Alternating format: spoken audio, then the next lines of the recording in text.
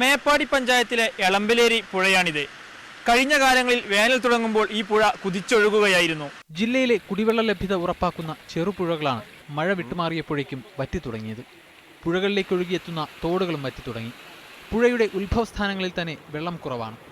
ചെമ്പ്ര, എളമ്പിലേരി, അരണമല, മുണ്ടക്കൈ മലകളിൽ നിന്ന് 10ഓളം പുഴകളാണ് ഉത്ഭവിക്കുന്നത്. സ്വാഭാവിക വനങ്ങളുടെയും ബണ്ടുകളുടെയും നാശവും പുൽമേടുകളും ചോലമരങ്ങളും വൻതോതിൽ ഇല്ലാതായതുമാണ് വെള്ളം കുറയാൻ കാരണം.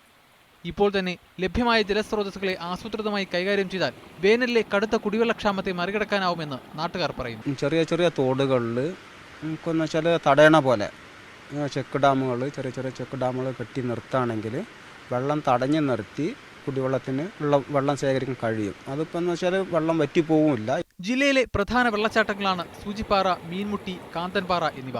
പുഴകളിൽ വെള്ളം കുറയുന്നതോടെ ഇവിടേക്കുള്ള വിനോദസഞ്ചാരികളുടെ എണ്ണവും ക്രമാതീതമായി കുറയും. ക്യാമറ പേഴ്സൺ അനീഷ് കാഞ്ഞങ്ങാടിനൊപ്പം നജാത്തുള്ള, മീഡിയ 1, വയനാട്.